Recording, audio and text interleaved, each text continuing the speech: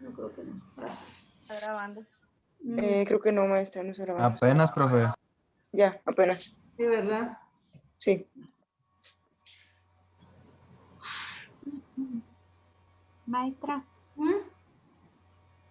quería saber si se escucha el audio de mi computadora, es que estaba fallando un poco. Sí, sí se escucha. Ok, gracias. Ok, de nada. Bueno, ese es su trabajo de su compañera. Es de Gabriela. Gabriela, Ujú. es la importancia de la biodiversidad y su cuidado, de las plantas, animales, microorganismos que hacen la vida en los ecosistemas del planeta y su interacción unos con los otros. Esta diversidad biológica juega un papel fundamental para las necesidades básicas del hombre y para lograr un equilibrio ecológico en el entorno que rodea. Viene siendo la otra hoja, maestra. Bueno, voy a empezar con esa que está ahí, las amenazas que enfrenta la biodiversidad. ¿Esta? Y es esa la que estaba leyendo. Ok. Se resumen sus principales servicios ecosistemáticos o ambientales como la provisión de alimentos y seguridad alimentaria, brinda materias primas para reducir la erosión, fibra, madera y combustibles para purificar el aire, la seguridad energética, el agua potable, sumidero de carbono, regularización del clima, es la recreación e inspiración artística del turismo, proteger y fertilizar el suelo, que es el control de inundaciones, la polinización, satisfacción espiritual, proporcionar buena calidad de vida y obras de ingeniería de construcción. Otros beneficios económicos son los sociales, los políticos, los recreativos, culturales, espirituales y ambientales. En ese sentido, los servicios que brinda la biodiversidad en relación con los ecosistemas naturales son el abastecimiento de materiales, regularización de los procesos naturales, apoyo para la producción y servicios culturales y materiales como las manifestaciones estéticas. Las amenazas que enfrenta la biodiversidad. Se observa que año con año se incrementa la pérdida de biodiversidad a nivel mundial. Según el informe de Planeta Vivo 2020, que analiza el estado mundial de la biodiversidad, en menos de medio siglo, las poblaciones mundiales de mamíferos, aves, anfibios, reptiles y peces sufrieron una disminución promedio del 68% debido a la destrucción ambiental por las actividades humanas. En América Latina el resultado es aún más impactante. La reducción en promedio fue del 94% y las principales amenazas son las alteraciones de bosques, humedales, pastizales y sábanas, la sobreexplotación de especies, el cambio climático y la introducción de especies exóticas. ¿Qué se requiere para cuidar la biodiversidad? No adquirir especies exóticas y mucho menos abandonarlas. La biodiversidad tiene varios enemigos. Uno de ellos es el contrabando de especies exóticas, el negocio ilegal que no ha parado de crecer en los últimos años, el crimen organizado para perpetrar delitos contra el medio ambiente, que es el cuarto negocio ilegal más lucrativo, tras el tráfico de droga, la falsificación de productos y el tráfico de personas. Según Naciones Interpol, sus ganancias se estiman entre 91.000 y 258.000 millones de dólares anuales, a un ritmo del crecimiento del 5% al 7% también anual. El primer paso para hacerle frente es no adquirir especies exóticas o llevárselas de sus lugares de origen. No son mascotas ni juguetes y mucho menos abandonarlas, porque con ello también se contribuye a aumentar otro de los grandes enemigos de la biodiversididad, las especies invasoras. Eso sería todo, maestra. Muy bien. Entonces, lo que es la biodiversidad tiene muchos pros y contras, pero más que nada, nosotros como seres humanos debemos de cuidarlo. Debemos de saber que si nosotros estamos contribuyendo al desabasto de dichas especies o de dichos recursos naturales, los vamos a ir acabando poco a poco. Muy bien, Gabriela Ríos. ¿No ha llegado Ever González?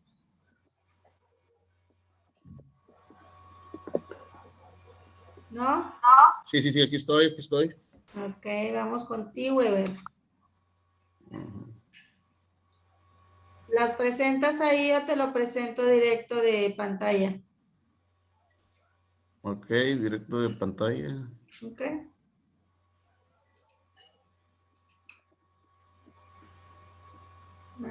Con esto bonito. Muy bien, a ver, empezamos a ver.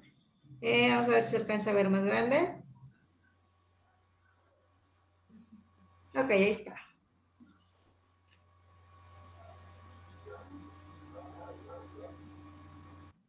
A Ah, sí tiene varias diapositivas. Pensé que nada más era esa. Sí, son varias, son varias. Muy bien, excelente. Muy apresurado porque por el trabajo que tenemos. Sí, no, pero excelente. A ver, vamos a empezar a ver. Gabriela.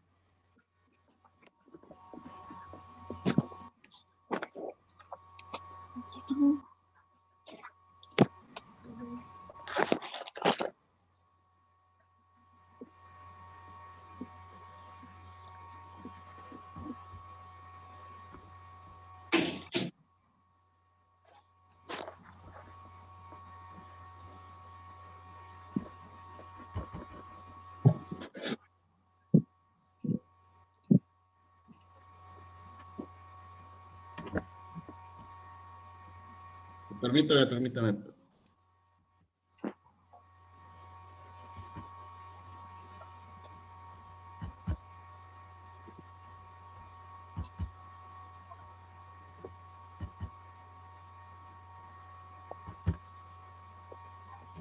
Ya la hice un poquito más grande. ¿Sí me escuchan, verdad? Creo que me muteé yo solita. Sí, sí se escucha. Ok. ¿Te basaste en Tamaulipas o es por todo el país?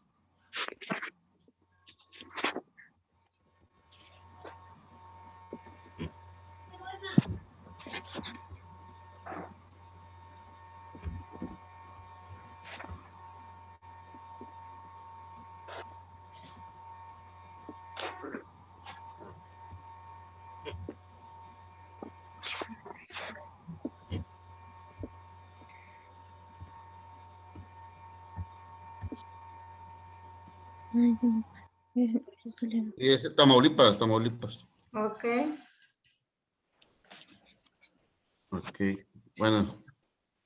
La biodiversidad es la variedad de formas de vida en el planeta, incluyendo el ecosistema terrestres, marinos y los complejos ecológicos de los que forman parte, más allá de la diversidad dentro de la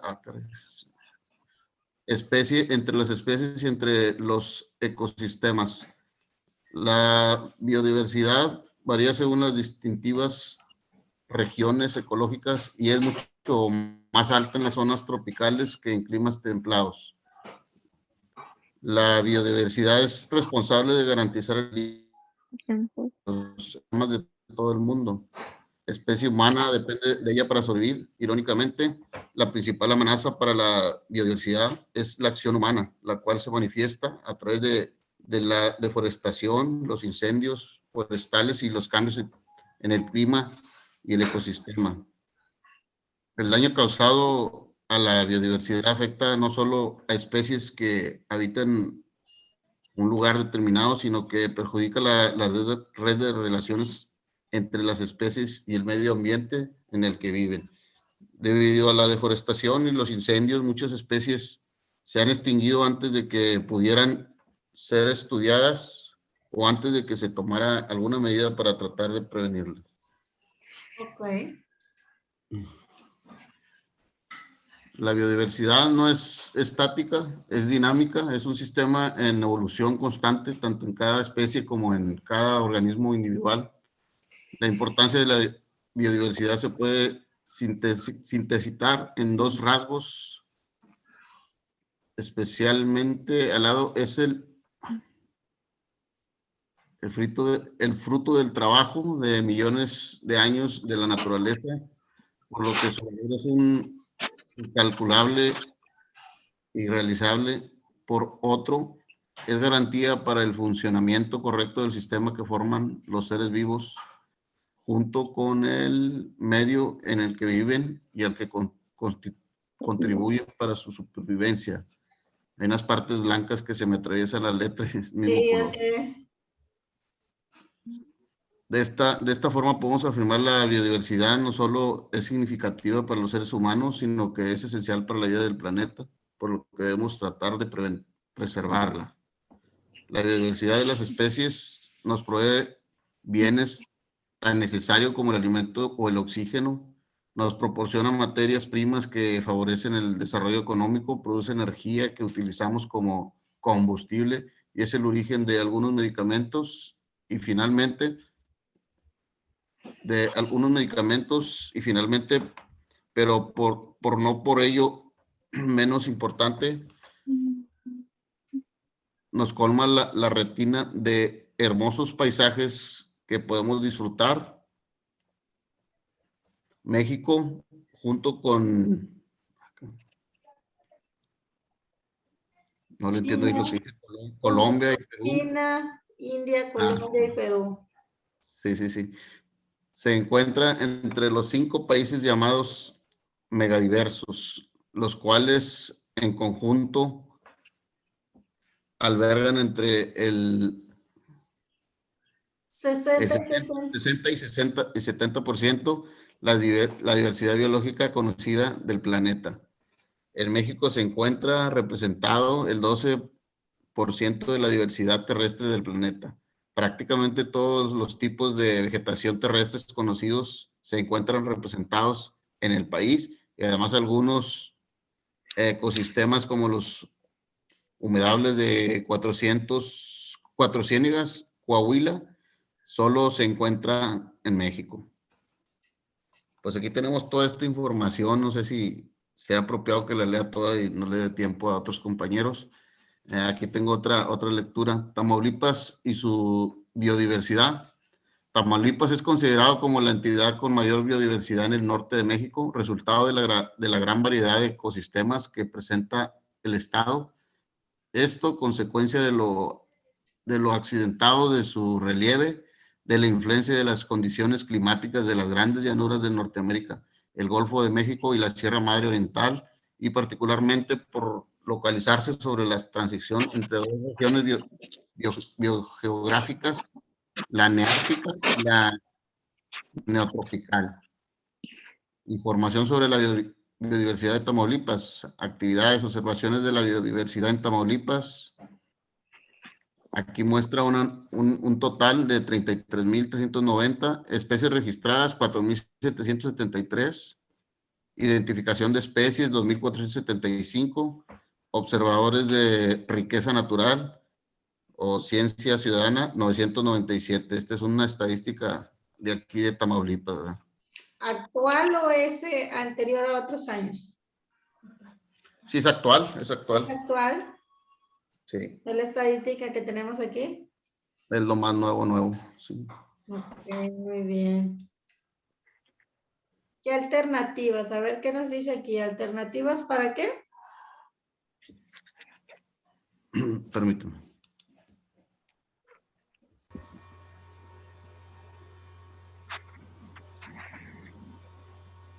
Alternativas para conservar la biodiversidad. Es necesario prestar atención y hacer énfasis en la realización de investigaciones, desde estudios básicos como inventarios hasta los ecológicos, biogeográficos, taxonómicos, ecotoxicológicos y moleculares genéticos, con el objeto de conocer y entender la historia natural a escalas más finas en Tamaulipas.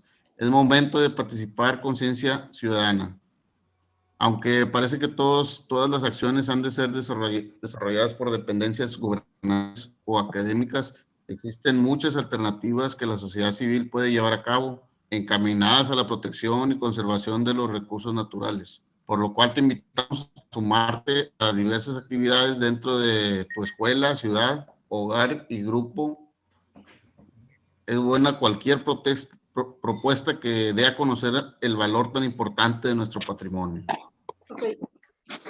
¿Por qué creen ustedes que existen diversas alternativas para cuidar lo que tenemos o los recursos naturales que tenemos en México? ¿Por qué creen ustedes?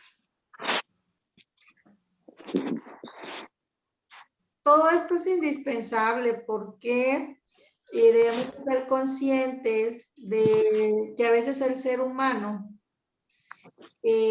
por ciertos rubros o por intereses, nos vamos, digamos que adaptando o vamos acabando con lo poco o mucho que tenemos.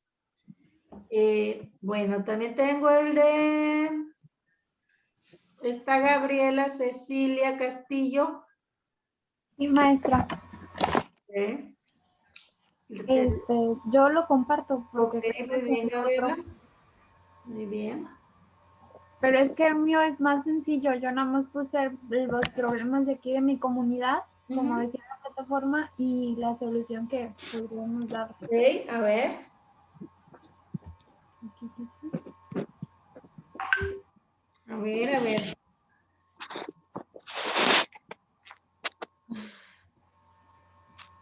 ¿Sí se compartió? Sí, ya.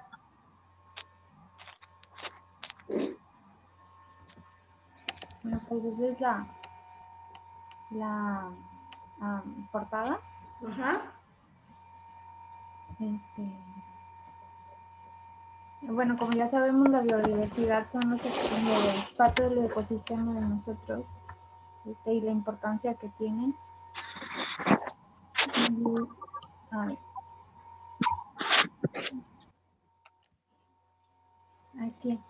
Pues los principales problemas aquí en mi entorno, en mi comunidad, es, por ejemplo, que es el deterioro de los hábitats en los que están las especies. Por ejemplo, aquí, como dice aquí en el ejemplo que tenemos de aquí de mi comunidad, atrás de mi casa hay un espacio pues muy grande, porque como dice, pues yo vivo a las afueras de la ciudad, en donde habían varias especies. Aquí puse 2, pero había más. Y el problema fue que hay personas todavía que traen la basura, entonces la contaminación hace que provoca el deterioro de los hábitats de, de, la, de los animales. Y pues eso hizo que los animalitos se fueran yendo, incluso a veces los cazaban nada más por diversión. Entonces eso para mí ese es un problema. Y pues la solución que yo le di fue que las autoridades sancionen a este tipo de personas que no respetan los espacios para los que está destinado el basurero o los camiones de basura a los que van.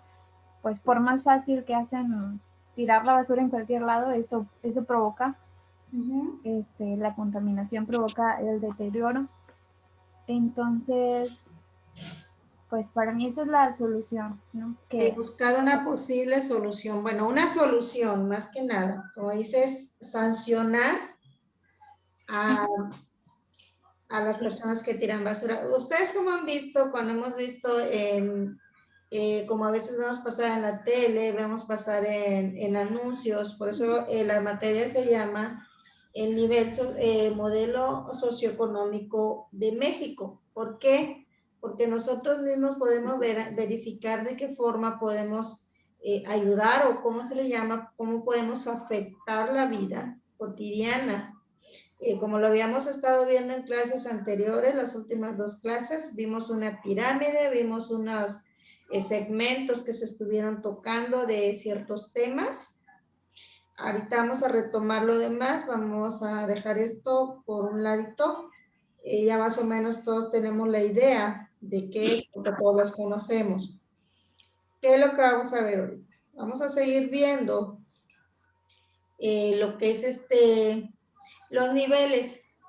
Acuérdense que yo había comentado anteriormente que el nivel socioeconómico de México puede estar dividido en varios sectores. Lo podemos dividir en población y urbanización, en educación. Ay, sí, me andaba, no puedo entrar. En la población y urbanización, ¿qué nosotros podemos encontrar? Lo que es en la... Ay, se me va mucho. Uy, uy. Permítanme, muchachos, porque se me movió esto.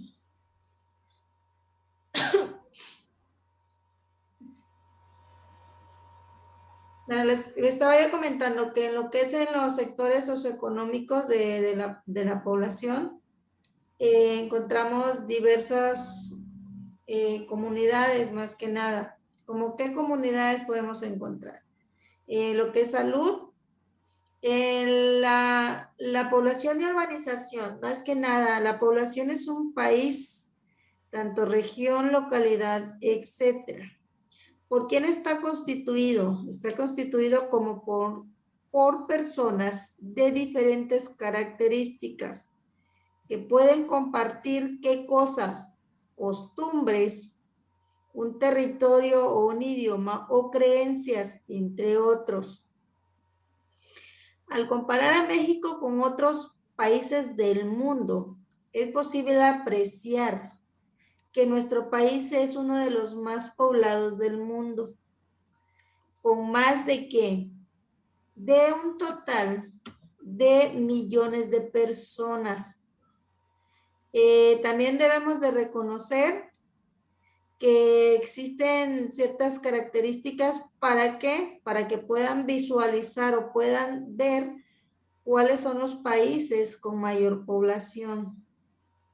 Lo que es la urbanización. ¿Qué es urbanización? Una de las transformaciones que se da en la población de un país es la urbanización. Más que nada son asentamientos urbanos, son motores de la economía del país. Este proceso se refiere principalmente a qué?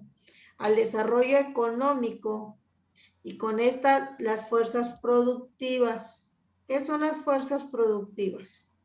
Las fuerzas productivas más que nada es una concentración cada vez más en ciudades, dejando cuales a veces muchas personas tienden a salir de sus hogares, de sus comunidades, para poder tener un mayor desarrollo o la estructura económica de un país.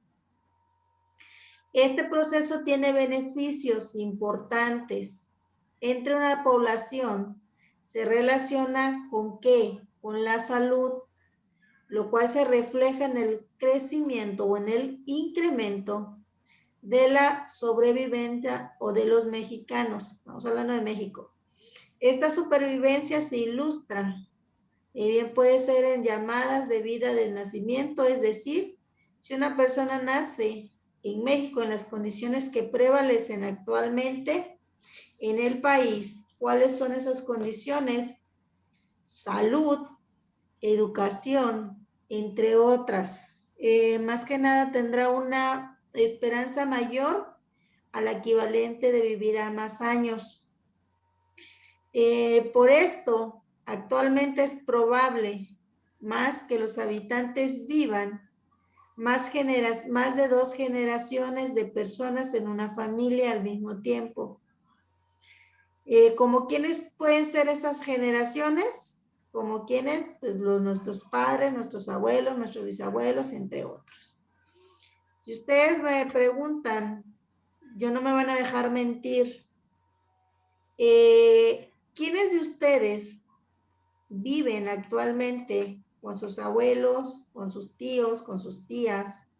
¿Quiénes de ustedes o viven muy independientemente? ¿Quién vive así? Yo. Ever, ¿vives con tus abuelos, con tu tía, con tu mamá? No, pues tengo mi familia, soy casado, muy independiente de mis padres. Ah, ok, muy independiente. Excelente. Por eso nos dice que debemos de tener un poquito más de, como estamos en zonas urbanas, para salir. También tenemos nosotros en ese aspecto, ¿en qué? En la educación. Acuérdense que siempre hemos dicho que la educación es una de las características de la sociedad. ¿Por qué? Porque muestra el avance de un país con respecto a otros y es educación. Más que nada debemos de tener o debemos de ser más que nada una educación, tiene una mejor calidad de vida y de inserción en el mercado del trabajo. Sin embargo, los cambios en la educación no son iguales en todas las regiones. ¿Por qué no son iguales? En algunos lugares existen sociedades socioeconómicas. ¿Cuáles son esas sociedades socioeconómicas? Que a veces impiden a personas que tengan el acceso a la educación como cuáles en dónde pueden suceder o en dónde pueden existir ese tipo de sociedades económicas, o bien puede decir condiciones económicas. ¿Ustedes dónde creen que existan actualmente todavía ese tipo de restricciones? Dice que la educación debe de ser gratuita. Sí debe ser gratuita, pero en algunos lugares no específicamente los dejan que los niños o las personas accedan a una educación. ¿Ustedes dónde creen que haya ese tipo de lugares? Las comunidades. En las comunidades, exactamente. En las comunidades se les restringe mucho el derecho a la educación a los niños o a las personas adultas también. En algunos lugares de nuestro país, en las zonas más alejadas, si nosotros vemos a una persona ya mayor de 18 años y no tiene la educación, no tiene educación concreta, no, como dicen, ni siquiera alcanzó a cursar lo que es una primaria o lo que es un primero de primaria. Esa es una de las principales también que tenemos nosotros en rezago todavía. También en los países donde no permiten a la mujer estudiar. Exactamente, también hay algunos países que tampoco. Dice, ¿cuáles son los componentes de la estructura política? Los componentes de la estructura política son más que nada, corresponden a conceptos claves que están en el Estado y el gobierno. En el primer concepto complejo vamos a tener distintas definiciones en la ciencia política. En ocasiones se utiliza este término para dominar una nación, que es diferente de las otras con el contexto internacional, pero también se refiere al apartado del control político al interior del territorio de un país. ¿Qué es Estado y qué es gobierno? El Estado, como a veces lo hemos mencionado, no fue con ustedes, fue con otros alumnos, el Estado, la mayor de las definiciones de un Estado está incluida en el conjunto de individuos y pueblo que habita en un territorio delimitado y sobre todo los cuales el gobierno que posee tanto la facultad para dar y dictar las reglas de convivencia social y para hacerlas valer como un monopolio legítimo de la fuerza. Eso es lo que quiere decir Estado. En lo que es el gobierno, bueno, ya me pasé a otro, es el Estado. El Estado se basa en 3 elementos. ¿Cuáles son esos 3 elementos? A ver si los pueden apuntar. Son las leyes, el monopolio de las fuerzas, facultades de administrar y cobrar impuestos,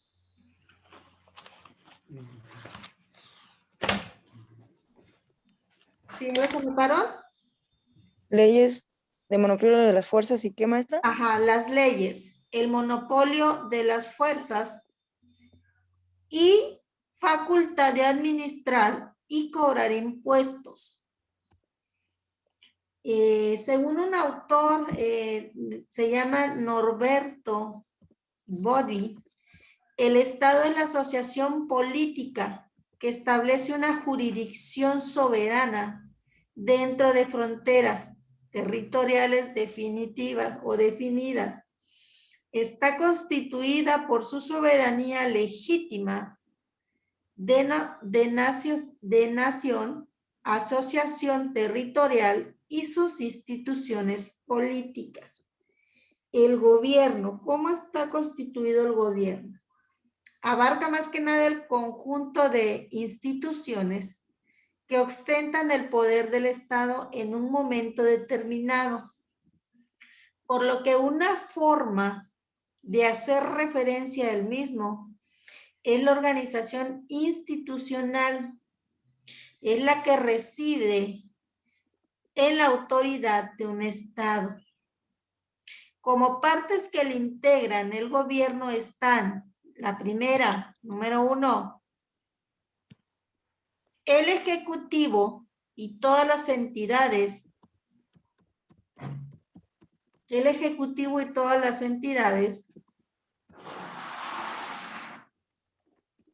administrativas que componen o que lo componen, que son individuos, incluidos el ejército y la policía. El número 2, el legislativo, es decir, los congresos y parlamentos. Y por último, que es el judicial. Y también lo contribuyen los tribunales encargados de impartir justicia. Acuérdense ustedes bien que en nuestro estado, en nuestro gobierno o en nuestro, lo que es a nivel nacional, nosotros tenemos 3 principales leyes o 3 principales cuestiones políticas. ¿Cuáles son los 3 poderes? ¿Cuáles son los 3 poderes? Yo ya se los acabo de dar, que es el ejecutivo, Legislativo y judicial. exacto. Son 3 poderes que hay. Y de los cuales esos se viene repartiendo a nivel, se constituye, y sobre ellos es que va la marcha de ciertos lugares, no de ciertos lugares, mejor dicho, de todo el país. ¿Por qué? Porque cada uno tiene su manera de actuar o su papel que debe estar. Dice, por lo tanto, el concepto de Estado, digamos que es un poquito externo o más extenso que el del gobierno. El primero, en una entidad permanece y continua. El gobierno es temporal por cada tiempo, que ocurre a cambio a través de mecanismos reglamentados mediante el cual se mantiene el orden social y político. ¿Por qué nos menciona que es temporal? ¿Por qué dice que en el gobierno es solamente temporal? ¿Son por periodos? Exactamente, porque son por periodos. Ok, en lo que son en las organizaciones del sistema político, se reconocen 2 modelos de organización, lo que son territorial, político y administrativo. Los 2 sistemas son los siguientes: los sistemas federales y los sistemas centralizados. ¿Cuáles son los sistemas federales? Los